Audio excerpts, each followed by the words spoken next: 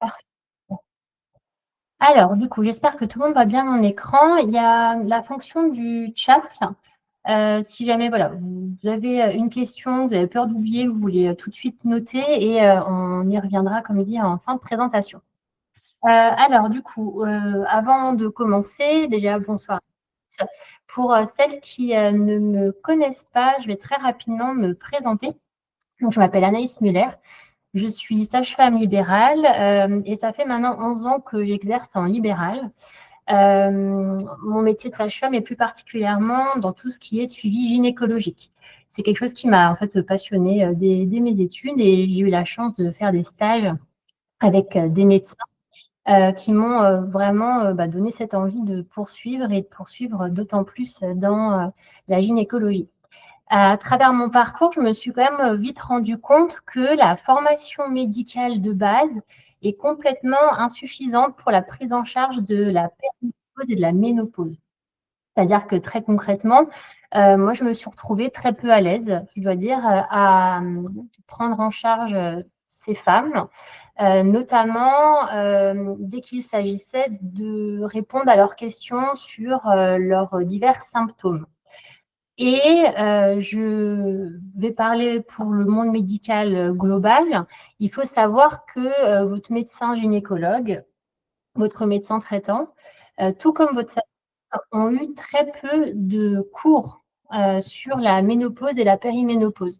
Alors autant le gynécologue, ça va être vraiment expert de toutes les pathologies, que ce soit par exemple cancer oncologique, etc.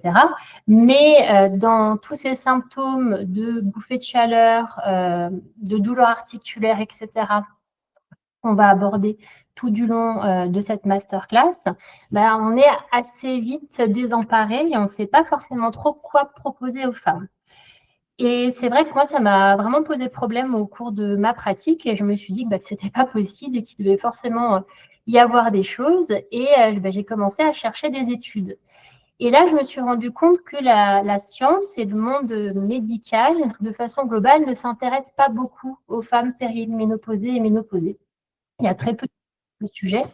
Il y en a maintenant, heureusement, de plus en plus, et je suis persuadée que ça va changer, mais la littérature scientifique est assez pauvre. Donc moi, ce que je vous propose au cours de cette masterclass, c'est déjà de vous donner quelques informations, je dirais, de base et essentielles.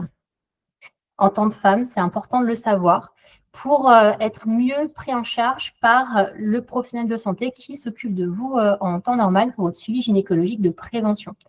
Et puis, en fin de présentation, je prendrai un moment pour vous expliquer un petit peu mon nouveau projet professionnel, comment j'ai accompagné peut-être un petit peu différemment les femmes, notamment dans la périménopause et puis, comme dit, on fera également un temps de questions-réponses à la fin de la présentation. Donc, si c'est bon pour tout le monde, et j'espère qu'il n'y a pas de soucis techniques, sinon vous me faites un petit message dans le chat. On est parti pour parler, pour commencer, de la ménopause. Alors, ou plus exactement, périménopause, pour commencer par le début. Alors, la périménopause, il n'y a pas de définition vraiment très claire, très nette. C'est une zone de flou. On peut la définir comme une phase de transition dans la vie d'une femme, c'est-à-dire le moment où votre fertilité décline, mais vous n'êtes pas encore ménopausée. Cette périménopause, elle n'a pas de durée exacte connue.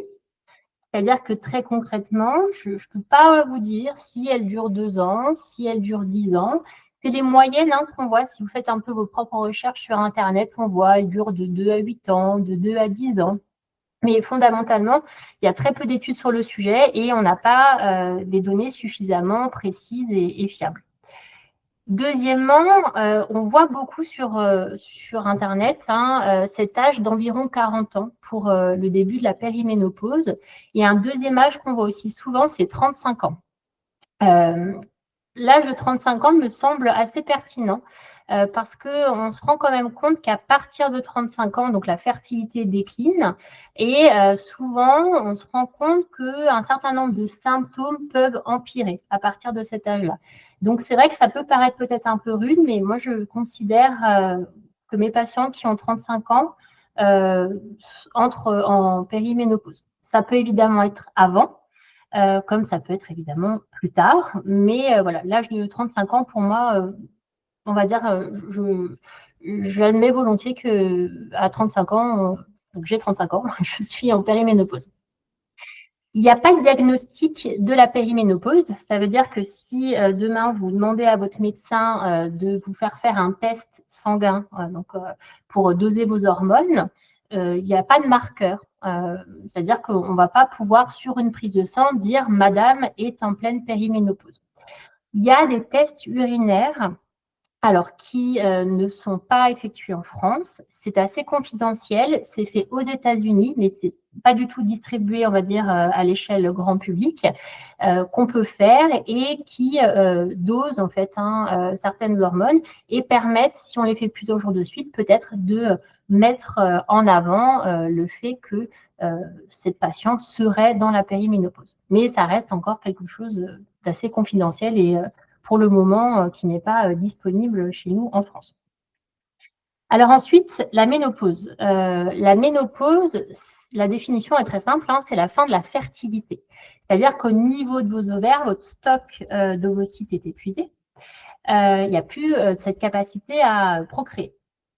L'âge moyen de la ménopause, c'est un âge qui est mondial, se situe autour de 51 ans. Sachant qu'une femme qui est ménopausée entre 45 et 55 ans, donc c'est quand même une fourchette de 10 ans, va être ménopausée dans un âge qui est dit normal. Avant 45 ans, on parlera de ménopause précoce. Là, pour le coup, la ménopause, le diagnostic, il va être un petit peu calendaire, c'est-à-dire qu'on considère qu'une femme qui n'a plus ses règles pendant 12 mois, donc, bien sûr, sous condition de ne pas être sous contraception hormonale, qui peut fausser les menstruations, à ce moment-là, on va la considérer ménopausée. Il y a un test sanguin, pour le coup, qui est très fiable. On va doser une hormone qu'on appelle la FSH et qui va, dans le cas de la ménopause, se trouver élevée. Donc ça, c'est souvent un petit peu une question des patientes qui ont, admettons, 50, 51 ans, qui sont sous contraceptif hormonal. Alors, pour en citer un, par exemple, le stérilet hormonal Mirena, et qui n'ont plus leur menstruation peut-être depuis des années et des années. La question souvent se pose, est-ce que je suis ménopausée? Qu'est-ce qu'on fait? Alors, les recommandations de l'OMS, c'est qu'à 51 ans, on n'a plus besoin de contraception, même si on n'est pas encore ménopausé, parce que la probabilité de démarrer une grossesse est quand même extrêmement faible. Donc, on peut faire ce dosage de FSH, mais selon le contraceptif que vous prenez, il faudra peut-être envisager d'arrêter le contraceptif, de laisser passer un certain nombre de semaines et ensuite de faire ce dosage hormonal pour qu'il soit fiable. Et donc, finalement, si on reprend la vraie définition de la ménopause, ça correspond uniquement à un seul jour dans la vie d'une femme. Donc, je vais prendre un exemple. On va prendre une patiente dont les dernières menstruations datent du 1er septembre 2024. 1er septembre 2025, elle sera considérée ménopausée et donc c'est le jour de sa ménopause. C'est un diagnostic qu'on va faire a posteriori. Maintenant, il y a un autre terme qu'on utilise très peu dans le langage courant, c'est la post-ménopause. Et la post-ménopause, ça va correspondre à la vie de cette femme ménopausée le jour 2, on va dire ça comme ça. Donc, c'est cette nouvelle étape qui sera l'étape jusqu'à finalement la mort de la femme. Et cette étape de post-ménopause, elle n'est pas forcément sans symptômes. Les symptômes peuvent perdurer, et ça c'est une moyenne, entre 4,5 et 9,5 années. 25% auront des symptômes très invalidants. On balayera tout à l'heure plusieurs catégories de symptômes pour vous donner un petit peu une idée. Et cette post-ménopause, souvent, ce qu'on voit dans la littérature, c'est que c'est un peu le climax, c'est vraiment le moment où les symptômes vont être les plus intenses. Ce n'est pas forcément une réalité que j'ai pu observer moi en cabinet. J'ai des patientes qui n'ont pas du tout de symptômes, que ça soit en périménopause ou dans la phase de post-ménopause, et qui traversent ça de façon très sympathique. D'autres qui vont avoir beaucoup de symptômes dans la périménopause, mais ça va se calmer en post-ménopause, et d'autres pour qui c'est l'inverse.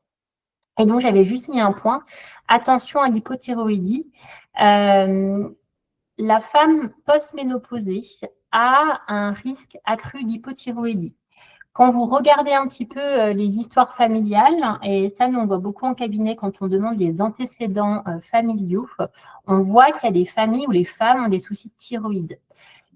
Ces femmes-là, il faut avoir à l'esprit que quand elles sont post-ménopausées, finalement, il faut faire d'autant plus attention à leur thyroïde. Elles ont déjà peut-être ce facteur un peu génétique, et en plus, il n'y a plus ces hormones sexuelles féminines qui sont présentes de façon aussi importante qu'avant, la post-ménopause.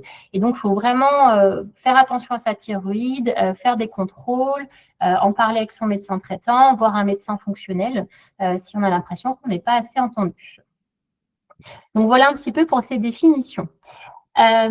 Du coup, ce qu'il faut vraiment comprendre, c'est que toute cette phase de périménopause, ménopause et post-ménopause, il y a vraiment un manque d'uniformité des symptômes. Et ça, en médecine, on n'aime pas trop.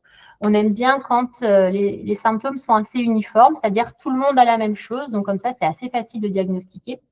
Et c'est ce manque d'uniformité des symptômes qui va parfois entraîner une certaine errance diagnostique, donc une patiente qui va être baladée d'un médecin spécialiste à un autre. Alors, au niveau des symptômes, il y en a plus de 70 qui sont répertoriés. J'ai pris le chiffre le plus bas que j'ai trouvé parce que dans certaines littératures anglo-saxonnes, on nous dit plus de 150 symptômes. Alors évidemment, ce soir, je ne vais pas vous détailler 150 symptômes. Je les ai juste classifiés en quelques grandes catégories. Et voilà, je me suis dit que j'allais vous mettre des choses qui sont plutôt connues et d'autres peut-être moins connues.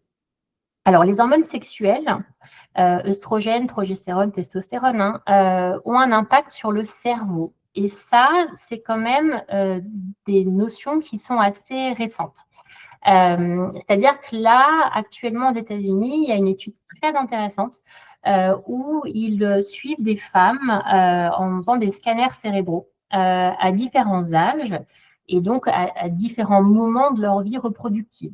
C'est-à-dire avant tout ce qui est périménopause, à la périménopause et dans toute la phase ménopause, post-ménopause.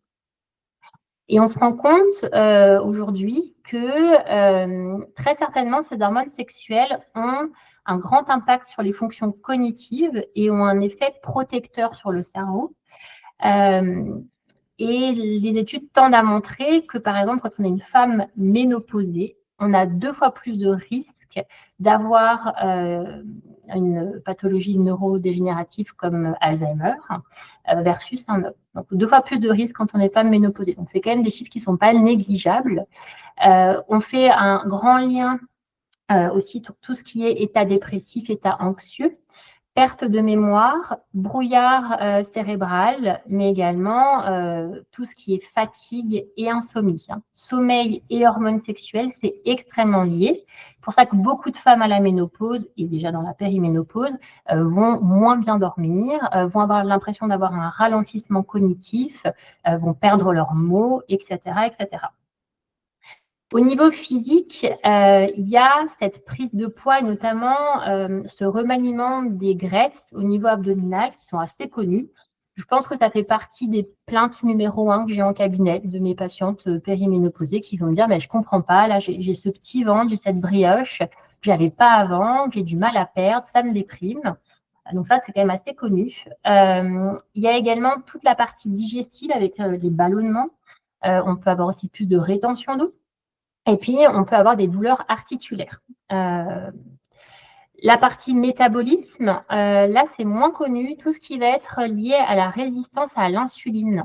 Alors, juste une explication très rapide. En fait, les cellules du corps ont une certaine sensibilité à l'insuline. C'est ce qui va, en fait, finalement, permettre la bonne glycémie, faire que votre taux de sucre dans votre sang soit toujours dans une bonne norme. Avec l'âge et avec le manque d'hormones sexuelles, les cellules vont être moins sensibles à l'insuline. Ça veut dire très concrètement que le taux de sucre qui va circuler dans votre sang va être trop élevé. Donc, c'est là où l'alimentation va être extrêmement importante à la ménopause, déjà avant évidemment, mais d'autant plus à la ménopause, parce qu'il y a une résistance à l'insuline naturelle liée au manque d'hormones sexuelles qui va augmenter, et donc plus de risques de diabète de type 2. Tout ce qui est hypercholestérolémie, ça, on a plein de patientes en cabinet, alors surtout chez les médecins généralistes, qui vont dire je ne comprends pas, j'ai du mauvais cholestérol et pourtant, je n'ai pas changé ma façon de manger. C'est le métabolisme, en fait, qui va être moins efficace, on va dire ça comme ça, à cause de ce déficit en hormones sexuelles. Et puis, ça, plutôt connu, l'ostéoporose. Donc, c'est vrai que les oestrogènes vont aider le renouvellement osseux, c'est-à-dire que tout du long de la vie, il y a cette dégradation du tissu osseux, mais les hormones sexuelles vont aider au renouvellement. Et là, en fait, quand je suis ménopausée, cette dégradation du tissu osseux continue comme avant, sauf que le renouvellement est moins efficace. Et c'est là où on a ce risque d'ostéoporose qui va être augmenté à la ménopause. Par rapport aux organes féminins, alors là, ça va plutôt concerner les femmes en périménopause. Elles vont observer des changements au niveau du cycle menstruel. C'est-à-dire que concrètement, au niveau du cycle menstruel, je peux soit avoir des règles plus abondantes ou moins abondantes, des cycles plus courts ou des cycles plus longs. Donc, tout changement dans votre cycle menstruel, vous avez 35 ans ou plus, il faut quand même déjà se dire, oula, ça sent peut-être un petit peu la périménopause. Le syndrome prémenstruel que vous avez toujours connu, mais qui s'aggrave, pareil, je vous donne un exemple tout bête. Dans mon syndrome prémenstruel, j'ai un petit coup de mou quelques jours avant mes règles, je me sens un peu tristoune, pas dépressive, mais voilà, je n'ai pas trop le moral. En périménopause, potentiellement, le petit coup de mou peut se transformer en état dépressif, dépression profonde, idées noires, etc. Des douleurs dans les seins, bref, tous les symptômes potentiels qu'on peut observer en étant hors périménopause, donc du syndrome prémenstruel, peuvent s'aggraver à ce moment-là. Ensuite, on a également tout l'impact au niveau de la peau. Alors ça, je pense que c'est quand même assez connu. Les hormones sexuelles vont participer à la souplesse, à l'élasticité de la peau. Donc, fondamentalement, quand je suis dans cette phase de périménopause et ménopause, je peux avoir une sécheresse cutanée, donc des rides, entre autres. Je peux aussi également avoir de l'eczéma, mais ça peut être aussi à l'opposé de l'acné. Alors, la périménopause, elle ressemble un petit peu finalement à l'adolescence, à la puberté d'une certaine façon, parce qu'on peut avoir vraiment des fluctuations d'hormones avec des moments où je vais avoir trop et des moments où je n'ai pas assez. Donc, trop de testostérone, trop d'androgène, ça va favoriser, entre autres, l'acné et en fait cette production de sébum au niveau de la peau. Par rapport à tout le côté thermorégulation, ça, je pense que c'est les symptômes les plus connus, les bouffées de chaleur et les sueurs nocturnes. Ce ne sont pas des symptômes qui sont obligatoires, d'ailleurs, comme tout le reste. Et ce n'est pas parce que vous n'avez pas de bouffées de chaleur et pas de sueurs nocturnes que vous n'êtes pas, par exemple, dans la périménopause. Parce que peut-être certaines d'entre vous vont se reconnaître dans d'autres symptômes que bouffées de chaleur et sueurs nocturnes. Moins connu par rapport à la bouche. Alors, les hormones sexuelles sont très importantes pour les muqueuses et donc c'est vrai pour toutes les muqueuses du corps. On entend beaucoup parler de la sécheresse vaginale, par exemple, pour la périménopause et la ménopause. C'est aussi vrai pour la muqueuse de la bouche. Donc, on va avoir la bouche sèche. On peut avoir un phénomène en fait d'inflammation qui va être favorisé au niveau de la bouche, donc avec plus de soucis de gencives inflammées. Ça peut être aussi des parodontites, une sensibilité dentaire qui est accrue, l'émail aussi des dents qui va moins bien se régénérer, donc avec peut-être plus de soucis aussi de caries, de casse dentaire, etc., etc. Par rapport à la sexualité, donc baisse de libido, c'est vrai que maintenant on attribue vraiment la baisse de la libido à la baisse de la testostérone associée à la baisse des œstrogènes. Donc il n'y a pas que la testostérone qui joue sur la libido. Également des douleurs qui peuvent apparaître. Alors les douleurs sont quand même souvent liées à une sécheresse intime. Au niveau du périnée, tout ce qui va être donc descente d'organes, donc prolapsus, hein, c'est le terme médical. Tout ce qui est incontinence, on a beaucoup plus de patientes en cabinet en rééducation du périnée à partir de 50 ans hein, en règle générale. Et puis aussi tout ce qui est infection urinaire. Et ça, je sais que ça peut sembler étonnant, mais en fait, le microbiote génito-urinaire est influencé par les hormones sexuelles. Enfin, au niveau cardiaque, ça c'est assez connu, hein, mais les œstrogènes et la progestérone vont aussi être responsables de la souplesse des vaisseaux.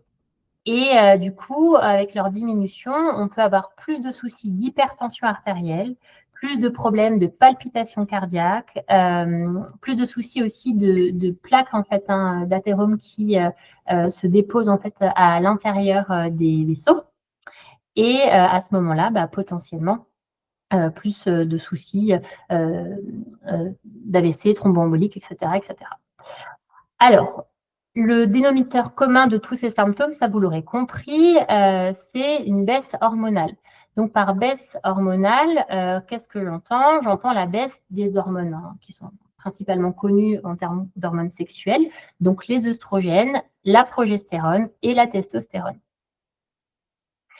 J'ai voulu ce soir vous faire juste un petit zoom sur la testostérone et la DHEA parce que souvent on n'en parle pas trop. Quand on parle des femmes, on parle beaucoup oestrogène et progestérone, mais il faut quand même savoir que testostérone et DHEA, c'est très important pour nous en tant que femmes. La DHEA, c'est une hormone stéroïde qui est produite au niveau des surrénales et qui fait partie en fait de la famille des androgènes. Ces hormones sont impliquées dans notre vitalité, notre énergie.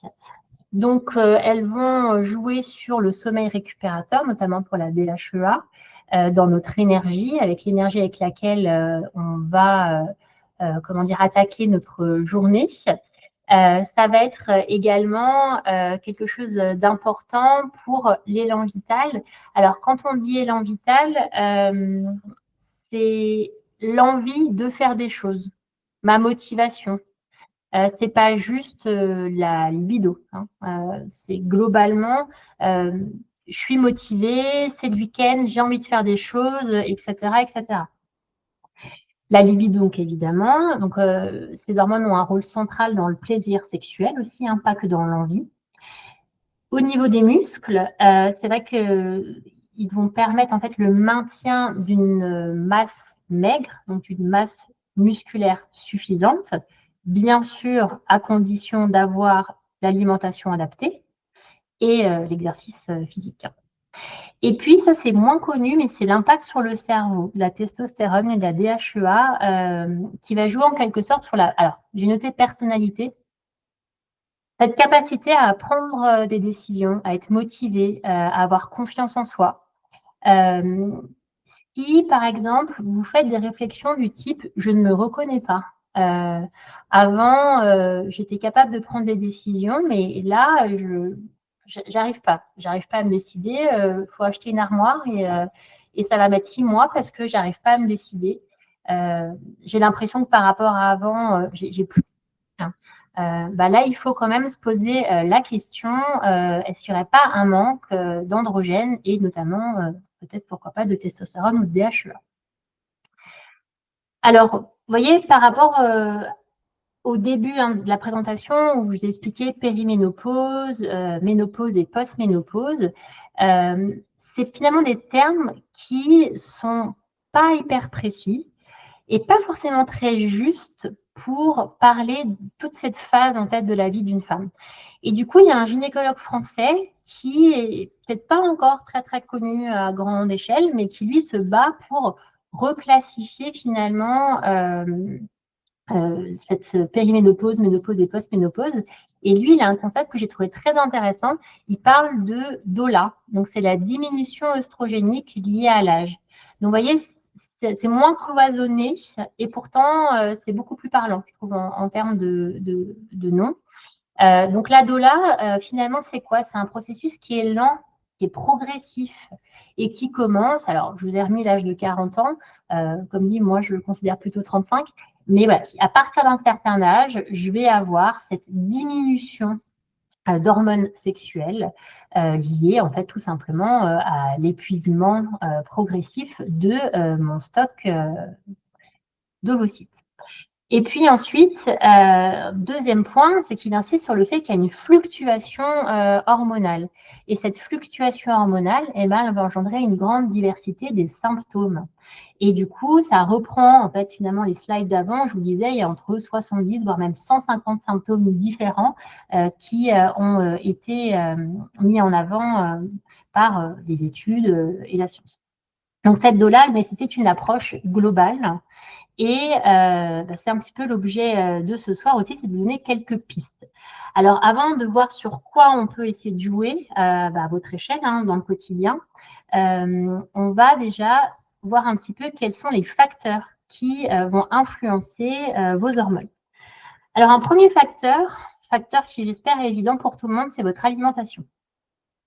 Je vous ai donné quelques exemples là sur la slide. Donc, par exemple, on va prendre l'alcool. L'alcool va augmenter l'œstradiol. L'œstradiol, c'est un type d'œstrogène. Les oestrogènes, c'est une grande famille. Il y a 3 types d'œstrogènes. Et donc, ça va augmenter l'œstradiol. Et qui dit augmentation de l'œstradiol va dire finalement déficit de progestérone. C'est-à-dire que de façon relative, je vais avoir trop d'œstrogène par rapport à ma progestérone. Et le corps, il aime bien l'équilibre. Donc, le fait d'avoir trop d'œstradiol, ça va augmenter les douleurs, la sensibilité mammaire. Donc, si c'est déjà quelque chose que vous expérimentez dans votre syndrome prémenstruel, si maintenant vous buvez, vous consommez de l'alcool, vous allez voir que ça va augmenter naturellement vos mastodilies. De même pour les règles abondantes et douloureuses. Le café. Alors, le café, ça va augmenter votre cortisol, en fait. Et le cortisol, c'est un petit peu l'hormone opposée à la mélatonine. Donc, si je consomme trop de café dans la journée, ça peut perturber mon sommeil. Ça peut faire en sorte que mon endormissement soit plus difficile, mon sommeil soit moins récupérateur. Et puis, ça peut également augmenter mon anxiété. Donc, les gens qui, au travers de leur syndrome prémenstruel, se sentent anxieux, c'est finalement une très, très mauvaise idée de consommer d'autant plus de café. Troisièmement, le sucre. Alors, le sucre, ça fait partie des éléments de notre alimentation qu'il faudrait franchement réduire. On a beaucoup trop de sucre dans notre alimentation. Et en fait, ce sucre va augmenter l'inflammation. Globalement, la plupart des maladies chroniques actuelles sont liées à l'inflammation. Et ça va avoir aussi pour conséquence d'augmenter l'insulinorésistance. Plus je consomme de sucre, sur toute ma vie, plus mes cellules vont avoir du mal à répondre à l'insuline. Et donc, plus j'ai de risque de développer avec les années un diabète de type 2. Les produits industriels transformés, avec tous leurs additifs et autres, seraient quand même la cause de 90% des maladies chroniques. Et donc, je vous ai mis quelques chiffres que je trouvais intéressants. Alors, si on boit un verre d'alcool en soirée, on peut avoir l'impression que ça endort un petit peu et ça aide à s'endormir. Mais en fait, la science nous montre que ça va réduire la synthèse de mélatonine de 20%. Quand même pas négligeable. Aux États-Unis, ils ont fait une étude sur des jeunes femmes qui avaient un désir de grossesse. Et donc, par exemple, on a pris un groupe de femmes et on leur a fait boire un soda par jour. Et ils ont remarqué que, non, il faut quand même prendre à l'échelle du couple, mais que ces femmes-là avaient 25% d'infertilité supplémentaire. Et dans cette même étude, ils ont pris un autre groupe où là, on leur faisait boire minimum 2 sodas par jour et on est monté quand même à 50%. Et puis, toujours dans cette même étude, ils ont aussi regardé le risque de cancer de l'endomètre. Et ce qu'ils ont mis en évidence, c'était que les patientes qui consommaient régulièrement des boissons sucrées, donc par régulièrement, c'était toutes les semaines, ce n'était pas tous les jours, on avait un risque supplémentaire de cancer de l'endomètre augmenté de 78%. Bien sûr, il n'y a pas que l'alimentation qui va jouer sur nos hormones. On va également avoir d'autres facteurs comme le tabac. Alors, le tabac, c'est assez connu pour être mauvais pour un peu tout, hein, si je simplifie. Donc, en gros, vous prenez n'importe quelle pathologie gynécologique ou symptômes désagréables ou ennuyants. Si vous fumez, ça sera augmenté. Mais ce que j'ai trouvé assez intéressant dans mes recherches, c'est que quand même, le tabac accélère la ménopause de 2 à 4 ans. Donc, ça veut dire que le vieillissement, parce que c'est un petit peu ça, hein, la ménopause, est accéléré par la cigarette. Le stress va énormément perturber le fonctionnement hormonal, hein, tout simplement à travers le taux de cortisol. Alors, le stress, on en a besoin ponctuellement. C'est une réponse en fait de notre cerveau, une adaptation aux situations. Ce qui est très mauvais, c'est ce stress chronique. Je suis tout le temps stressée. Mon travail me stresse, ma vie perso me stresse. C'est cette chronicité qui est toxique et qui va faire que cette hypercortisolémie va complètement gêner le fonctionnement des hormones sexuelles. Et c'est assez logique parce que finalement, le stress pour le cerveau archaïque, c'est un danger. C'est-à-dire je dois fuir ou combattre, il y a un danger pour ma vie. Donc, ce n'est pas du tout le moment que mes hormones sexuelles fonctionnent bien, que je puisse, par exemple, démarrer une grossesse. Hein. C'est un petit peu opposé. Donc, ce stress, il va avoir aussi, bien sûr, pour impact donc les hormones sexuelles au niveau du cerveau. Donc, je peux avoir des changements d'humeur, ça va entraîner des déséquilibres qui vont faire que je peux aussi perdre mes cheveux. On a également les polluants environnementaux. Donc ça, je pense que c'est assez connu, mais voilà, l'air qu'on respire, l'eau qu'on boit, les aliments qu'on mange, mais aussi les produits cosmétiques hein, qu'on utilise. On a quand même un boom d'infertilité. Moi, c'est assez connu, hein, mais dans la patientèle, les coiffeuses et surtout les coloristes sont je ne vais pas dire toutes, mais presque, en parcours PMA, hein, donc procréation médicalement assistée, parce qu'elles sont exposées à longueur de journée à des produits chimiques toxiques. On a le boom aussi de maladies comme l'endométriose, qu'on attribue potentiellement aux polluants environnementaux. Et puis, ce boom aussi des cancers gynécologiques. En cabinet, moi, j'avais beaucoup de patientes là, ces derniers mois qui me disaient ah, mais on entend de plus en plus parler, il y a de plus en plus de cancers du sein. Donc, une des pistes, hein, c'est évidemment des polluants environnementaux. Et puis, un dernier point que j'ai noté sur la slide qui est quand même super important, c'est la sédentarité. Je pense qu'on n'a jamais été autant sédentaire qu'aujourd'hui. On utilise beaucoup la voiture pour se déplacer. On a pour beaucoup des métiers où nous sommes assises derrière un écran, derrière un bureau. Et cette sédentarité, il y a pas mal d'études qui montrent quand même qu'évidemment, ça augmente l'obésité, obésité qui perturbe le fonctionnement hormonal du corps de façon globale, mais entre autres au niveau des hormones sexuelles. On a plus de maladies chroniques et augmente également l'anxiété. Alors, quelques pistes pour retrouver l'équilibre hormonal. Ça me semble assez évident. Je vais vous donner des pistes qui sont très générales, très globales, parce que tout simplement, il faut quand même du cas par cas, mais tout le monde devrait adopter déjà ce que j'appelle les 4 piliers. Les 4 piliers, c'est une alimentation qui est anti-inflammatoire, c'est une activité physique régulière, c'est un sommeil réparateur et c'est gérer son stress. Et l'objectif, c'est de bien vieillir en bonne santé. Je pense que là, il y a quand même toute une mouvance de développement personnel où les hommes comme les femmes d'ailleurs, on a envie de vieillir dans la meilleure des santé, que ça soit physique, que ça soit mental. On a un accès à la connaissance qui est tellement énorme par rapport à plusieurs années en arrière avec tous les outils qu'on a à notre portée aujourd'hui. Et pourtant, j'ai l'impression qu'on n'a jamais été en aussi mauvaise santé, aussi anxieux et aussi dépressif. Donc vraiment, il faut prendre un peu à bras le corps ces 4 piliers pour être dans la meilleure forme possible. Alors, quelques pistes, encore une fois, hein, là c'est une slide avec 4 petites idées, mais si déjà vous arrivez à mettre ça en place, c'est super. Donc, premier point essentiel, très important, c'est un sommeil réparateur. Le sommeil est essentiel au bon fonctionnement du corps. Le corps se répare quand on dort, c'est le cas de le dire. Donc, le sommeil, c'est un point essentiel. Il faut avoir des habitudes saines de sommeil. Dans l'idéal, dormir avant 23 heures. Pourquoi? Parce que la synthèse de mélatonine va être la plus importante sur la première partie de la soirée et nuit, jusqu'à à peu près 3 heures du matin.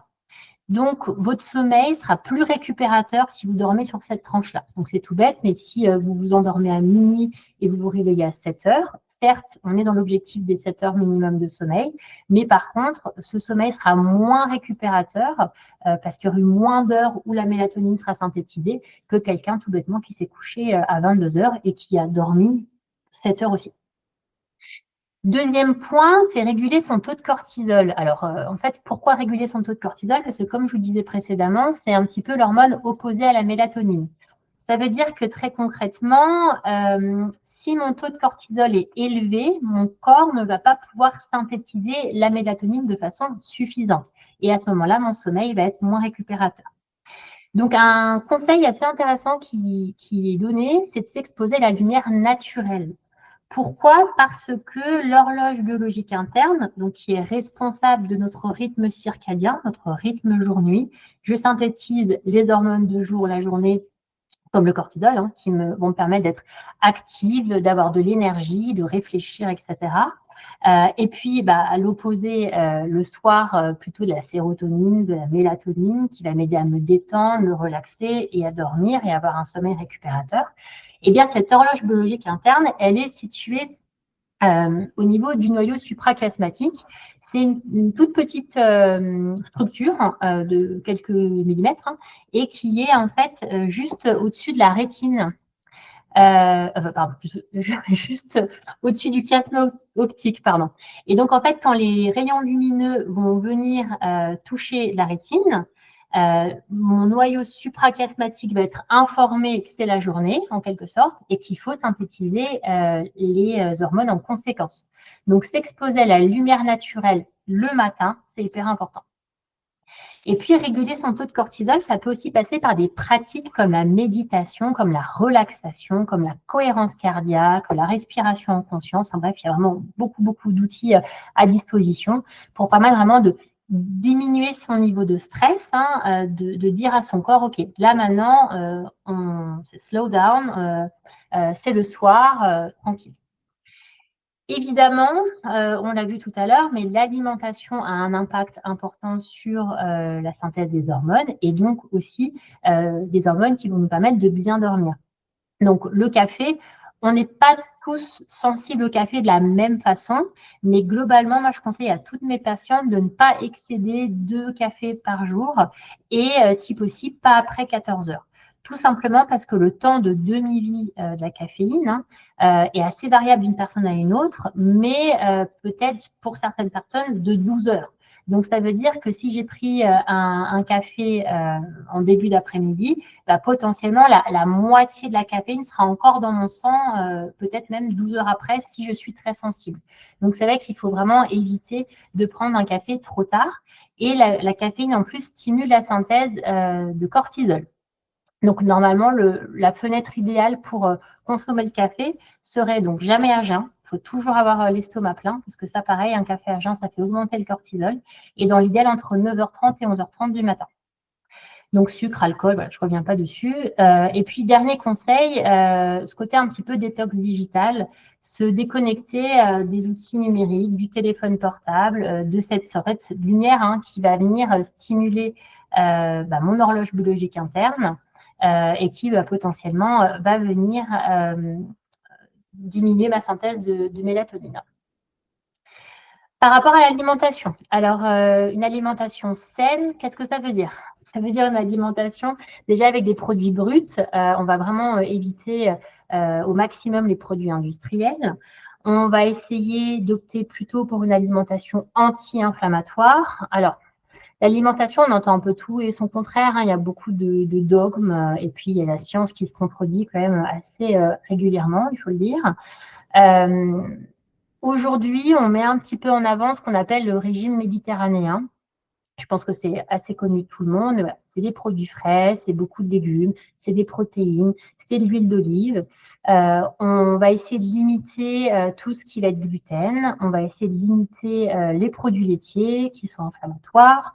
On va limiter le sucre, on va limiter l'alcool. Mais l'objectif, c'est de ne rien bannir, hors évidemment intolérance, allergie, et être plutôt dans une règle du 80-20. Trouver en fait l'équilibre qui vous convient. Peut-être que vous, c'est 70-30. À voir selon aussi vos symptômes. Mais en tout cas, il faut être un peu plus consciente de qu'est-ce qui se passe dans mon corps quand j'ai mangé ci ou quand j'ai mangé ça. J'ai eu vendredi dernier une consultation qui était hyper intéressante avec une patiente qui avait, il faut le dire, de très mauvaises habitudes alimentaires et qui a eu une prise de conscience en début de semaine. Elle m'a fait un message, elle m'a dit, ah bah, voilà, j'ai mangé, elle travaille dans un collège, le plateau repas, enfin voilà, j'ai pris ce que je prends d'habitude à la cantine en gros. Et après, je me suis rendu compte, mais j'étais hyper ballonnée et que j'avais mal au ventre. Et c'était juste pour elle refaire la connexion qu'en fait, ces ballonnements, c'était quand même lié à ce qu'elle avait mangé. Donc, écoutez-vous, essayez au maximum d'avoir cette alimentation anti-inflammatoire, mais gardez ce 20% ou ce 30%. Ou, je ne sais pas, vous allez au restaurant, ma foi, vous voulez manger une pizza, c'est très bien et faites-le avec grand plaisir. Vous êtes invité dans votre famille ou chez vos amis, ce n'est pas la peine d'emmener votre Tupperware. Il faut quand même rester dans quelque chose de pratique pour tout le monde. L'importance des protéines, ça, en tant que femme, souvent, on n'en consomme pas suffisamment. Et l'objectif, après 40 ans, ça serait quand même 1 à 1,6 g de protéines par kilo de poids. Alors, en fait, par kilo de poids idéal, je m'explique un petit peu. Si maintenant, on a une patiente qui pèse 100 kg pour 1,60 m, 100 kg n'est pas son poids de forme. On pourrait imaginer peut-être, 70 kg, c'est son poids de forme. Donc, cette dame-là, elle va se baser sur 70 fois, par exemple, 1. Donc, 70 grammes par jour. On ne prend pas le poids actuel où on est si on est en surpoids ou en obésité. Ces portions de protéines doivent être réparties dans la journée. Et dans l'idéal, il faut vraiment faire un petit déjeuner le matin salé, protéiné. Les protéines le soir sont un peu plus controversées. Ça dépend un petit peu, je dirais, des personnes. Il y a des personnes qui vont très mal dormir si le soir, elles vont manger des protéines, alors que d'autres, pas du tout. Donc là, on revient un petit peu dans être à l'écoute de son corps et qu'est-ce qui fonctionne pour vous. Mais en tout cas, là, je crois que la science est assez unanime. Il y a un enjeu sur le petit déjeuner. Il y a ce petit déjeuner à la française qu'il faudrait vraiment combattre. Pourquoi? Parce que le fait de manger sucré le matin. Et quand je dis manger sucré, je ne pense pas juste aux tartines pain, beurre, confiture, voire Nutella. Je pense aussi aux patients qui disent « Ah le matin, moi je mange un porridge, je mange des flocons d'avoine, c'est hyper sain ». Pas du tout, c'est une bombe de sucre. L'avoine, ça fait partie des glucides.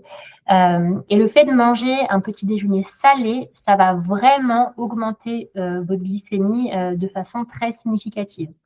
Donc, si parmi vous, il y a des femmes qui ont eu un diabète gestationnel, un diabète pendant la grossesse, ça, elles ont pu l'observer parce que pendant la grossesse, on vous demande de surveiller votre glycémie, de vous piquer, etc., avant vos repas, après vos repas. Et souvent, il y a des prises de conscience sur notamment certaines habitudes alimentaires. Donc, le petit déjeuner sucré le matin, c'est une catastrophe parce que ça va augmenter votre glycémie. Du coup, votre corps va devoir produire davantage d'insuline pour réguler le taux de sucre dans votre sang. Ça va du coup stimuler le cortisol. Et du coup, potentiellement, on va avoir une glycémie qui sera d'autant plus haute sur toute la journée. Il y a pas mal d'études qui montrent qu'en fait, on prend la même femme qui le matin a pris un petit déjeuner sucré, midi, soir, voilà, elle fait ses repas, et même repas midi-soir, mais elle a mangé salé le matin, en fait, cette dame-là, elle va avoir dans la journée beaucoup plus de pics de glycémie et beaucoup plus de pics du coup d'insuline. Son corps va avoir plus de mal à gérer en fait le taux de sucre. Donc, s'il y a vraiment une habitude à prendre suite à cette masterclass, c'est déjeuner salé le matin. Alors ensuite, on enchaîne sur tout ce qui est activité physique. Alors une activité physique régulière, c'est hyper important. Il y a plusieurs paramètres à prendre en compte. Premier paramètre, programmer son activité sur le bon timing, c'est-à-dire respecter le rythme circadien. Dans l'idéal, il faudrait faire le sport le matin, début d'après-midi maximum. Donc, le cours de Zumba le mardi soir à 19h30, ce n'est pas l'idéal. Ce n'est pas l'idéal parce que vous allez en fait décharger du cortisol, hein, vous faites une activité physique, et ça va venir perturber évidemment votre mélatonine et du coup vos hormones et votre sommeil. Donc, quand on peut, il vaut mieux programmer son activité physique matin, début d'après-midi. Une activité physique qui est souvent négligée, parce que souvent quand les patientes vont dire « Ah bah, faut que je me mette au sport », elles n'ont pas du tout en tête la marche. La marche, ça fait vraiment partie des activités que je recommande en numéro 1 à toutes mes patientes, peu importe leur âge, leur état de forme. Marcher a des réels bénéfices pour la santé et ne serait-ce qu'en faisant 7000 pas par jour. Et par exemple, moi, je ne suis pas du tout une fan de course à pied. Je pense que mes patientes ou anciennes patientes qui sont là et qui ont fait une rééducation du périnée avec moi sont au courant. Mais la course à pied, c'est extrêmement délétère pour le périnée, pour les articulations, mais ça favorise aussi la fonte musculaire. La marche, elle, ce n'est pas le cas. Donc, si vous voulez avoir une activité cardio, misez sur la marche rapide. Et la marche rapide, pour vous donner quand même un ordre de grandeur, on va être sur à peu près 6-8 km/h. Donc, si on a un bon rythme, on va faire 2 km en un quart d'heure. Hein. Donc, marchez, faites de la marche rapide en cardio, ça sera beaucoup plus intéressant pour votre santé sur le long terme que la course à pied. Troisième point, la musculation et le renforcement musculaire. Alors ça, je trouve qu'en tant que femme, c'est assez négligé. Et par musculation, j'entends de la musculation avec des poids, hein, pas juste faire du yoga un petit peu dynamique. Hein, c'est la vraie musculation. Quand on vieillit, on perd, hommes et femmes, énormément de masse musculaire. Donc, pour éviter ce qu'on appelle la sarcopénie, c'est hyper important d'avoir une activité physique où vraiment on se muscle. Donc, le cas échéant, musculation avec des poids. Et cette masse musculaire suffisante va aussi prévenir l'ostéoporose. Donc, s'il y a un truc à faire, c'est la musculation. Quand on est une femme, à partir de 40 ans, il faut faire de la musculation. Et là, ce qui est assez intéressant, c'est que les études montrent que c'est plus intéressant de faire 10 minutes par jour que 1 heure par semaine.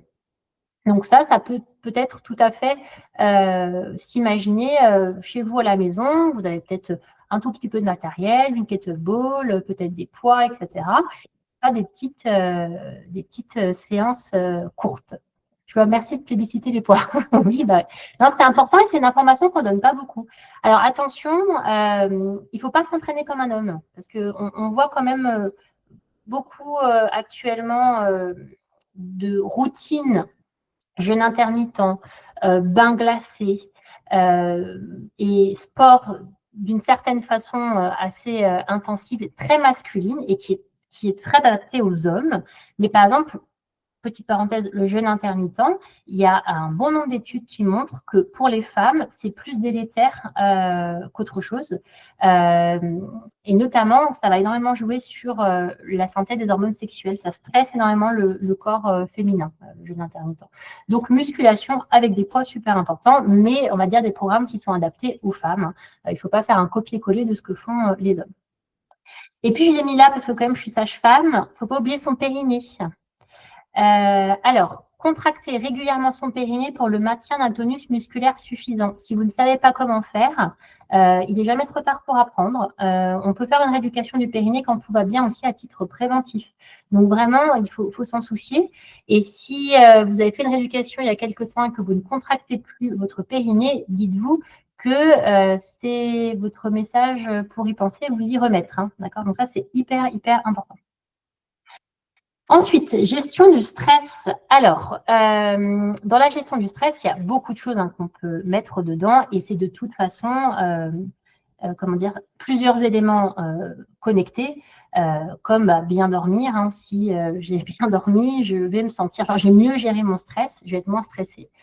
Donc, on va revoir là sur cette slide-là des choses qu'on a déjà pu dire, comme l'activité physique régulière. Il y a beaucoup d'études qui montrent que ça diminue l'anxiété et le stress, diminue la caféine, mais aussi peut-être avoir certaines pratiques comme la cohérence cardiaque ou peut-être du journaling, pardon. Donc, faire un journal de gratitude quotidien. Pareil, il y a des études très intéressantes qui ont montré que finalement, dès qu'on a une pensée, on synthétise il y a une émotion, du coup, la pensée crée l'émotion, et l'émotion crée le message chimique. Donc, si je pense à des choses tristes, stressantes ou angoissantes, je vais synthétiser les hormones en conséquence. Si au contraire, je me focalise sur du positif, je vais synthétiser les hormones en conséquence. Je vais juste détailler 2 secondes la cohérence cardiaque pour celles qui ne connaissent pas. Alors, la cohérence cardiaque, c'est 3 fois par jour, donc en règle générale, matin, midi, soir. On va respirer à partir du ventre jusqu'aux clavicules. Donc, on va inspirer, expirer. Le temps d'inspiration et le temps d'expiration est équivalent. Souvent, moi, je dis aux patients, vous inspirez dans votre tête, vous comptez jusqu'à 5, vous expirez, vous comptez jusqu'à 5.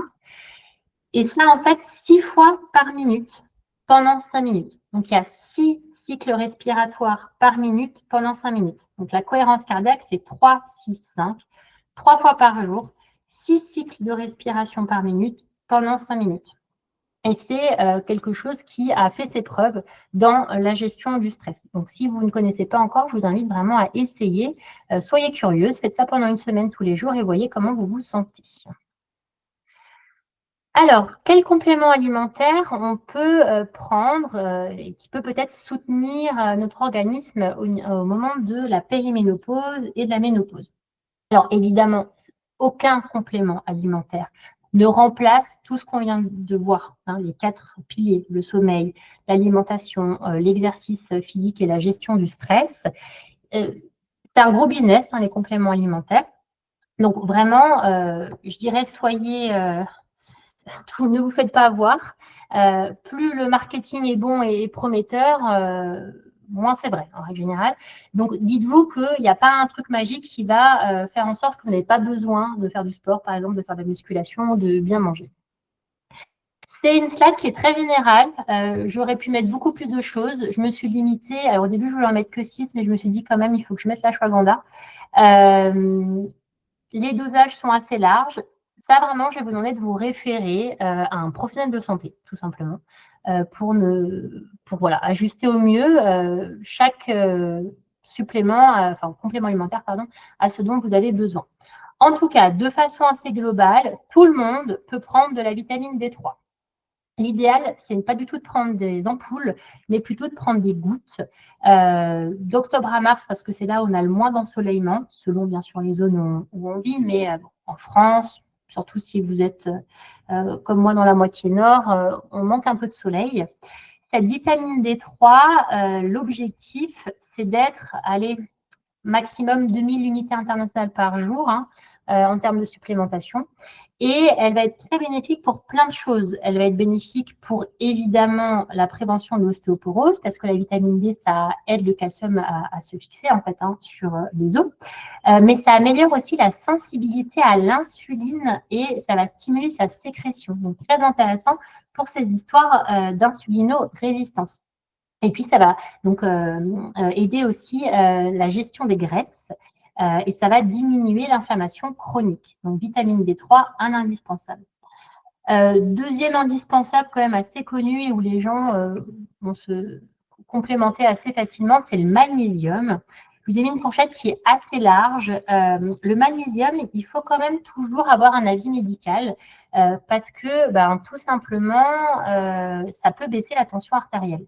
Donc, si vous êtes une femme et que vous avez tendance déjà à l'hypotension et au vertige, on partira peut-être pas sur 600 mg de magnésium par jour. De même, si vous avez un traitement antihypertenseur, parlez-en à votre médecin traitant pour ajuster au mieux et qu'il n'y ait pas un impact trop important sur votre tension.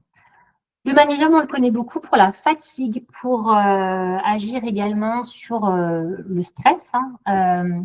Mais pareil, il améliore en fait la sensibilité à l'insuline. Ça, c'est peut-être un petit peu moins connu.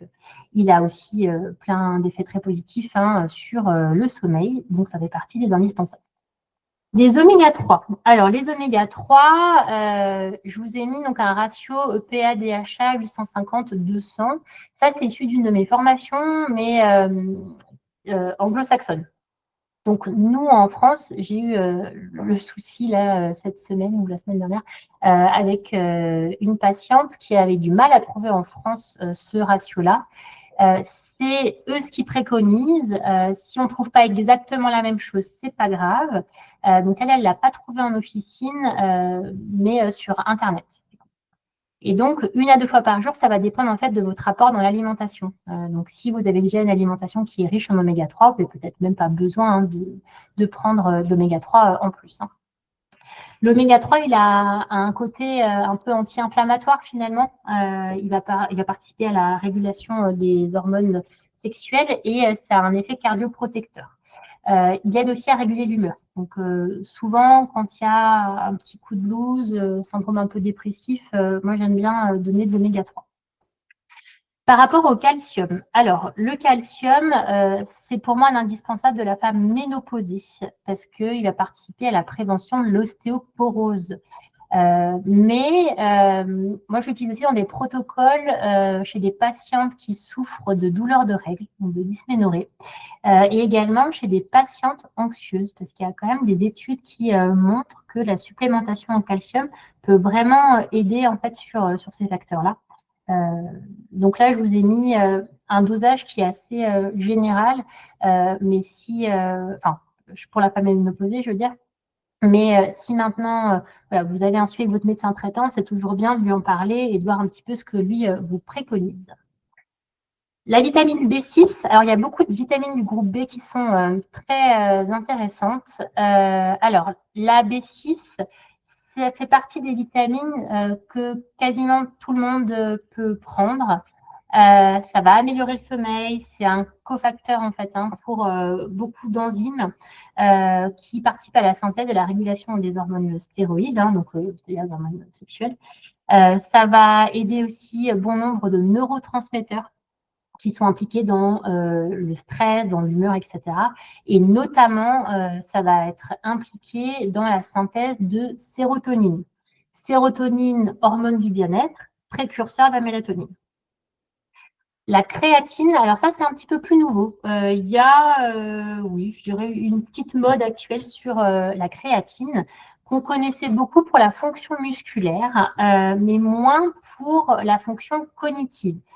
Alors, la fonction cognitive, on va dire que les études sont encore en cours à ce jour. Donc, le niveau de preuve est quand même moins élevé que sur la fonction musculaire. Les recommandations, c'est 5 grammes par jour. Et cette créatine, en fait, elle va être hyper importante pour la femme en périménopause et en ménopause, notamment pour permettre de garder cette masse maigre, donc cette masse musculaire, hein. Ça va être hyper important aussi pour améliorer la coordination et donc prévention des chutes. Parce que ça, c'est un petit peu aussi le problème des personnes âgées, hein, hommes comme femmes. Mais cette perte de coordination qui fait qu'on va chuter beaucoup plus facilement et qu'on va se faire aussi beaucoup plus mal. Ça contribue aussi, hein, à lutter contre l'ostéoporose. On en parlait tout à l'heure, hein, à travers la musculation. Le fait de pouvoir maintenir une masse musculaire, hein, fait partie de la prévention de l'ostéoporose. Et puis, donc, je vous ai mis l'ashwagandha, qui est une plante adaptogène. L'ashwagandha, c'est hyper intéressant pour la régulation du cortisol.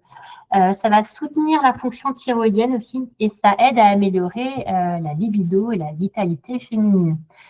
Donc l'ashwagandha, on voit un petit peu tout au niveau des dosages. Un dosage qui est sûr, c'est maximum 1500 mg par jour, qu'on peut prendre en une fois. À ce moment-là, je vous conseille de le prendre le soir parce qu'il y a ce côté un petit peu relax. On n'a pas forcément envie de prendre de l'ashwagandha le matin. Le matin, c'est le cortisol, c'est l'énergie. Donc l'ashwagandha, plutôt voilà, le soir. Ou alors, on peut faire une prise qui est lissée sur la journée. Et à ce moment-là, matin, midi, soir. Donc voilà pour les compléments alimentaires. Il y a aussi les fameux phytoœstrogènes. Et donc, il y a beaucoup de patientes, on le verra après, on va parler aussi des traitements hormonaux, hein, qui ne souhaitent pas forcément passer par les traitements hormonaux et qui vont se tourner vers les phytoœstrogènes. Alors, au niveau des phytoœstrogènes, il faut que vous ayez à l'esprit qu'il y a les mêmes contre-indications finalement que les traitements hormonaux, on va dire plus chimiques, à savoir tout ce qui est kyste au niveau ovaire, sein, utérus, des antécédents personnels ou familiaux de cancer gynéco, et puis faire attention aussi à vos autres traitements parce qu'il peut y avoir des interactions médicamenteuses. Donc c'est pour ça qu'avant d'initier un traitement à base de phytoœstrogènes, moi je vous invite toujours à avoir un avis médical, parce que c'est vrai que c'est des choses qui sont en libre service. Donc, sollicitez l'avis de votre médecin, gynécologue, peut-être de votre sage-femme, ça peut être de votre médecin traitant, ça peut être de votre pharmacien, mais en tout cas, quelqu'un qui connaît bien votre dossier, qui a une vision globale, qui sait voilà, ce que vous avez comme autre traitement, quels sont vos antécédents familiaux, etc., etc. Et puis, évidemment, toujours bien respecter les doses. Et si, admettons, avec votre sage-femme, vous avez initié un traitement à base de phytoœstrogène, quand vous voyez votre médecin traitant, parlez-lui-en, qu'il sache, et si jamais il doit vous prescrire quelque chose, qu'il n'y ait pas d'interaction médicamenteuse. Alors, il fallait quand même que je vous fasse une slide sur les traitements hormonaux. Alors ça, c'était un très gros sujet. Alors, le traitement hormonal substitutif, on appelle ça le THS ou le THM, le traitement hormonal de la ménopause. Moi, je préfère le terme THS. Et là, ce soir, je vais vous parler du traitement hormonal substitutif bioidentique. C'est-à-dire, ce sont des hormones naturelles issues de végétaux. Donc, on va différencier le traitement hormonal substitutif bioidentique du traitement hormonal substitutif synthétique. Les traitements synthétiques, donc les deux sont faits en laboratoire. C'est juste que le bioidentique, c'est exactement la même molécule, par exemple, d'œstrogène, la même molécule de progestérone, mais qui est issue d'un végétal, en fait, végétaux, pardon. Ou alors, le traitement hormonal substitutif de synthèse, là, souvent, donc c'est une molécule synthétique et ce n'est pas exactement l'œstrogène ou la progestérone, par exemple. Ça va être souvent un précurseur que le corps va transformer ensuite en œstrogène et en progestérone. Il faudrait vraiment, si vous vous tournez vers cette voie-là, éviter les traitements de synthèse. Ils ont beaucoup plus d'effets secondaires que les traitements bioidentiques. Donc maintenant, un peu le combat aujourd'hui, c'est de dire que traitement hormonal bioidentique pour une femme.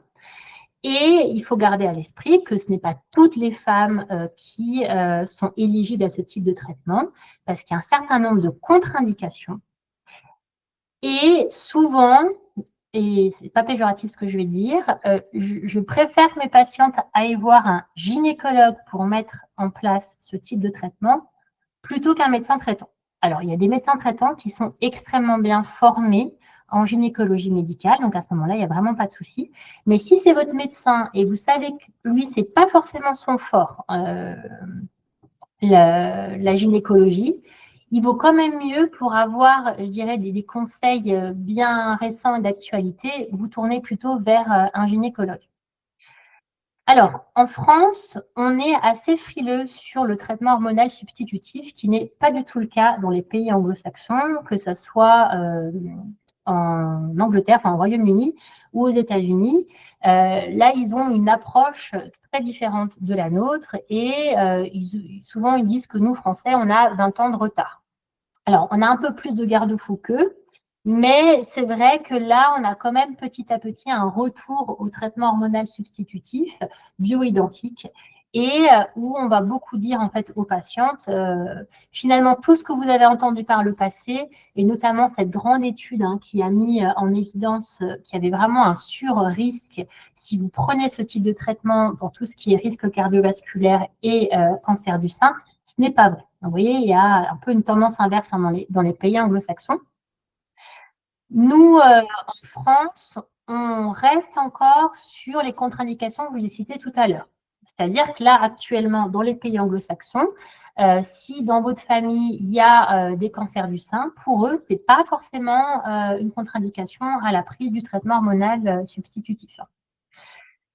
Dans les pays anglo-saxons, ils donnent volontiers œstrogène, progestérone et testostérone et DHEA, ce qui n'est pas du tout le cas en France. Ce n'est pas du tout intégré dans les recommandations officielles. Dans les pays anglo-saxons, ils mettent sous traitement hormonal substitutif dès la périménopause s'il y a des symptômes importants. Alors que nous, en France, à ma connaissance, à ce jour, je ne connais pas encore de médecin qui ose le faire. Et dans les pays anglo-saxons, potentiellement, ils donnent ce type de traitement très longtemps. C'est-à-dire aussi longtemps que la femme en a le besoin, alors que nous, en France, les recommandations sont plutôt sur 2-3 ans maximum. Vous voyez un petit peu un fossé au niveau de la pratique. En tout cas, si vous avez des symptômes très importants par rapport à votre périménopause et votre ménopause, que vous avez essayé de mettre en place les 4 piliers dont on a parlé tout à l'heure, que vous prenez des compléments alimentaires, mais que quand bien même vous souffrez énormément de vos symptômes, je pense qu'une discussion sur l'éventualité d'un traitement hormonal substitutif s'impose avec votre médecin. Et après, c'est un choix éclairé de votre part avec déjà ce que c'est possible et puis quels sont les risques potentiels. Mais en tout cas, je pense qu'il ne faut pas le diaboliser. Il ne faut pas le donner à tout le monde, ça c'est sûr. Et il faut toujours aller sur cette base un petit peu d'hygiène de vie qu'on a vu tout à l'heure. Alors, pour terminer, je vous disais que je voulais vous parler un petit peu de l'accompagnement que j'ai envie de proposer maintenant aux femmes et aux patientes. Accompagnement que j'ai appelé Hormone Flow. Donc, ce nouveau projet professionnel passe par une plateforme.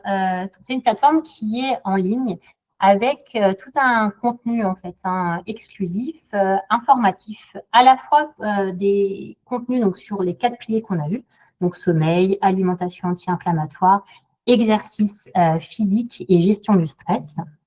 Donc, des explications, des vidéos aussi pratiques de méditation, de relaxation, de yoga. Et couplé à ça, un suivi individualisé. L'objectif, c'est de se voir peut-être pendant 6 mois, pendant 12 mois, selon vos besoins, de cibler ensemble en fait quels sont vos soucis, de faire un protocole personnalisé et de faire évoluer ce protocole au fur et à mesure des semaines et des mois selon vos besoins. À travers la plateforme, il y a des séances de questions-réponses de façon mensuelle, donc 2 fois par mois, en live. Et puis, il y a également une fonctionnalité un petit peu de chat où vous pouvez poser vos questions et où je vous réponds dans les 48 heures. Et puis, l'objectif, c'est que finalement, à travers cette plateforme, on crée un petit peu une communauté de femmes et on puisse organiser des masterclass régulières, donc sur un format peut-être un petit peu plus court que ce qu'on a fait ensemble ce soir, un peu plus ciblé. Par exemple, là, prochainement, ça sera donc une masterclass sur la sexualité et donc notamment la libido et la ménopause. Et puis de faire intervenir en fait des experts en santé féminine sur ces thématiques.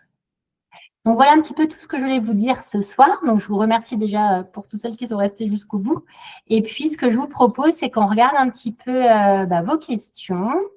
Et puis, si jamais en plus vous voulez ouvrir votre micro, je vais déjà regarder ce qu'il y a dans le chat. Et puis ensuite, s'il y a d'autres questions, je me ferai un plaisir d'y répondre.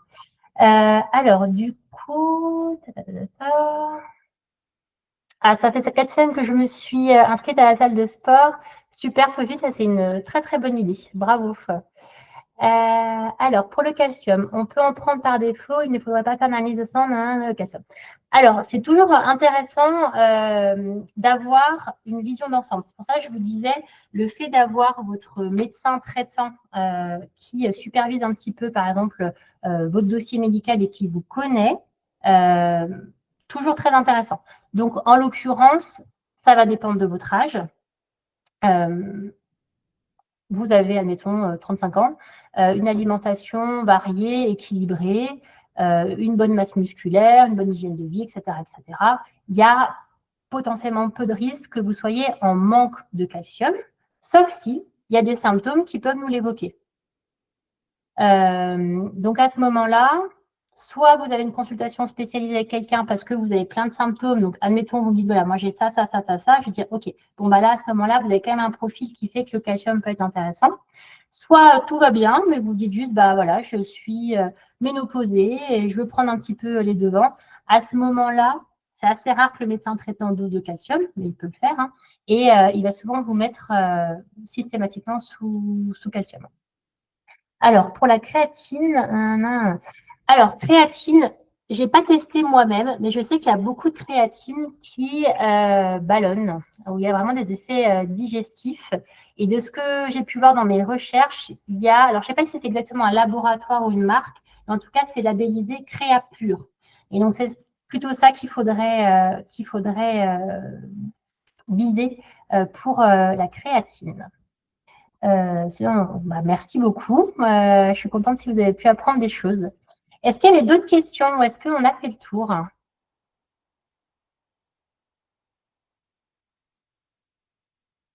Et si oui, il faut que vous ouvriez votre micro. Sinon, je ne vais pas entendre.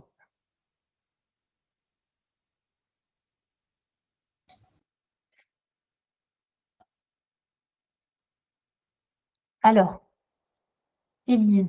Hop. On entend beaucoup parler du collagène marin, des retours là-dessus. Oui, beaucoup de marketing dans le collagène marin. Attention à le prendre de bas poids moléculaire. Donc, si vous le prenez, il faut qu'il soit en dessous de 2000 en fait. Sinon, il est trop lourd, il est mal assimilé par le corps. Et il faut éviter normalement de le chauffer. Donc, tout le collagène qu'on va, enfin, je me suis fait aussi avoir par le marketing par le passé, qu'on va prendre en poudre, matcha, collagène, qu'on va chauffer, etc. En fait, apparemment, il va être très, très mal assimilé. Donc, plutôt de bas poids moléculaire. Alors, par rapport au coût d'hormones flow, en fait, ça va dépendre de ce que vous allez vouloir comme accompagnement. Ce que je vais faire, alors attendez, je vais vous mettre dans le chat juste la page, si j'arrive à faire ça. Et de toute façon, je vous enverrai un mail avec le replay, notamment pour celles qui n'ont pas pu rester jusqu'au bout. Et puis, je vous enverrai du coup le lien que je vous mets là également, si ça vous intéresse, pour regarder un petit peu. Alors, tac, tac, tac. Ok, super. Merci. De rien. Je suis contente si vous avez appris des choses. Est-ce que le fait de prendre trop de compléments alimentaires en même temps peut avoir un impact négatif? Alors, trop, ça dépend, c'est quoi trop? En fait, c'est un petit peu compliqué de répondre comme ça à cette question. Alors, déjà, premièrement, quand on prend des compléments alimentaires, il faut jamais prendre des choses en continu. J'ai eu la semaine dernière, ou il y a 2 semaines, une patiente qui prenait du zinc non-stop depuis 1 an et demi. Très mauvaise idée.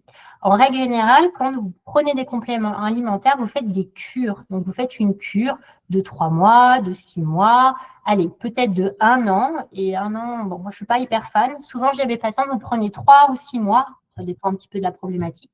Vous faites une pause d'1 mois et vous voyez. Et si vous avez l'impression que vous étiez hyper bien les 6 derniers mois et que sur le mois où vous avez fait une pause, bah, ça se dégrade, bah, ma foi, vous pouvez reprendre et refaire une cure. Mais on ne prend jamais rien en continu, parce que quand on prend quelque chose en continu, le corps, en fait, s'habitue. Donc, très, très mauvaise idée de prendre des choses en continu. Et après, bah, trop de compléments alimentaires, ça va dépendre un petit peu de qu'est-ce que vous appelez trop. Mais en tout cas, moi, je ne suis pas hyper fan de prendre 10 molécules différentes, ne serait-ce que parce qu'on ne sait pas après ce qui a vraiment marché. Donc, c'est vrai que moi, j'aime bien quand je fais des protocoles. Alors, c'est vrai que parfois, je donne quand même jusqu'à 5 compléments alimentaires, mais dire, OK, on va déjà tester ça parce qu'au vu de vos symptômes, il y a ce terrain qui m'évoque ça. Et puis, bah, on voit, on refait le point dans temps de temps et après, on ajuste. Est-ce qu'il y a d'autres questions? Ah, on est d'accord, merci. Bon, bah, super. Eh bien, de rien. Je suis contente si déjà vous avez appris des choses. Alors, du coup, pour les masterclass gratuites, en fait, les les personnes qui souscrivent à la newsletter Hormone Flow sont informées, donc toutes les semaines, il y a une newsletter à titre informatif, des prochaines masterclass. La prochaine sera début novembre, j'ai plus exactement la date en tête, en tout cas c'est un mardi soir, et ça sera sur le cortisol. Alors, la ménopause, pas d'enfant, une préoccupation des médecins, je trouve. Oui, ça c'est vraiment vrai. Mais en fait, alors malheureusement, la ménopause n'est pas une préoccupation mondiale. La femme ménopausée n'intéresse pas. Il y a très très peu, comme enfin la femme globalement en médecine n'intéresse pas trop. Et malheureusement, il faut que ça change. Et en fait, ça va venir des patientes. Et c'est parce que vous êtes informé, que vous savez plein de choses, vous avez plein de connaissances, que vous allez pouvoir vous changer les choses parce que vous allez un petit peu challenger votre médecin traitant, votre gynécologue, votre sage-femme aussi. Et du coup, ça va nous forcer à devenir meilleurs. Alors, pour souscrire, c'est où? Alors, je pense souscrire à la plateforme, c'est ça? Alors, je vous avouerai que ça, c'est mon ingénieur, c'est mon IT qui s'occupe de ça. Mais du coup, sûrement quelque part sur la page. Mais si vous avez des soucis, vous me faites un mail. Vous avez normalement le mail. Mais il me semble que vous avez un bouton avec rejoindre Hormone Flow, un truc comme ça. Mais je vous avouerai que voilà, c'est pas moi qui gère la page pour souscrire. Est-ce qu'il y avait d'autres questions? Alors, mes complémentaires, est-ce que l'homéopathie peut être bénéfique? Alors, question très intéressante. Les compléments alimentaires sont là pour équilibrer, donc c'est-à-dire vous avez une carence qui va faire que la synthèse, par exemple, d'un neurotransmetteur, je reprends mon exemple de sérotonine. Admettons, vous manquez de magnésium, de vitamine B6, voilà, par exemple. À ce moment-là, ça va complexifier le travail de votre corps pour synthétiser la sérotonine puis la mélatonine. Donc, le complément alimentaire, c'est quand même un petit peu la base. Après, les plantes marchent très bien. L'homéopathie peut aussi très bien fonctionner. Alors, c'est vrai que je suis formée en homéopathie, mais c'est quelque chose que j'ai beaucoup délaissé à partir du moment où l'assurance maladie a attaqué l'homéopathie de façon assez franche. Et où on s'est retrouvé avec des entreprises qui ont arrêté de produire certains médicaments homéopathiques. Mais oui, ça peut tout à fait être bénéfique. Maintenant, sur la ménopause, je n'ai pas eu de super retour à l'époque, mais bon, c'était il y a 11 ans, donc j'étais peut-être aussi moins aguerrie en homéopathie. Par contre, je trouve qu'en phyto, on a vraiment plein de bénéfices.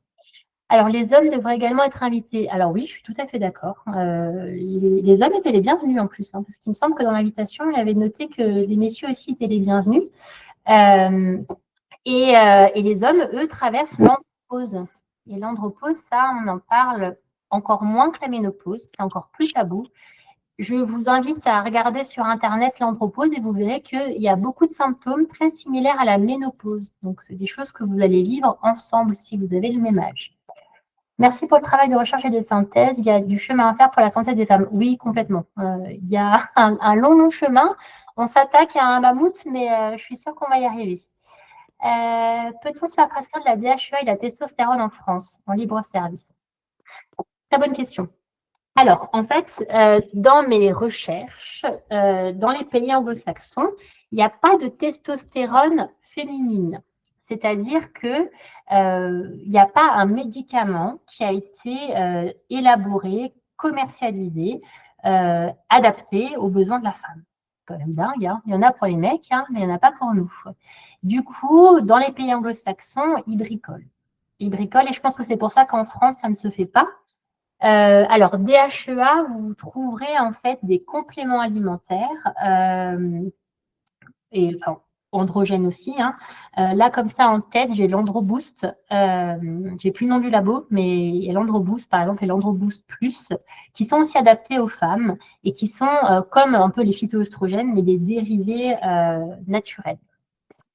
Et du coup, je conseille normalement jamais de marque ou de laboratoire parce que je suis professionnelle de santé, donc je dois être neutre Et voilà, je ne conseille pas de labo pour qu'il n'y ait pas de conflit d'intérêt.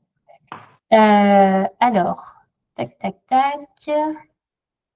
Quel laboratoire produit le traitement substitutif bioidentique? Alors, très bonne question. En France, il me semble que c'est Exeltis qui fait l'œstrogène en patch, qui est une nouveauté en France. Avant, c'était en crème. Et il me semble que voilà, il est bioidentique celui-ci. Mais après, honnêtement, tout ce qui est traitement hormonal substitutif, moi étant sage-femme, je ne le prescris pas. Et du coup, je suis quand même beaucoup moins bien informée du nom commercial des produits et des laboratoires. Je sais qu'Exeltis en produit et la progestérone micronisée, là par contre, j'ai plus le nom du laboratoire en tête. Mais vous tapez progestérone micronisée, vous allez le trouver. Et les hormones bioidentiques, ça commence un petit peu à s'ouvrir quand même en France. Alors, ça fait longtemps qu'on en a. C'est juste que les gens ne sont pas au courant. Mais il y a même maintenant des pilules contraceptives avec un peu d'œstrogène micronisé dedans, par exemple. Est-ce qu'il y a d'autres questions ou est-ce qu'on arrête là pour ce soir? C'est tout bon? Eh bien, merci à vous. Merci beaucoup. Merci à tous et puis écoutez, au plaisir de vous revoir peut-être sur la prochaine masterclass. Bonne soirée. Au revoir.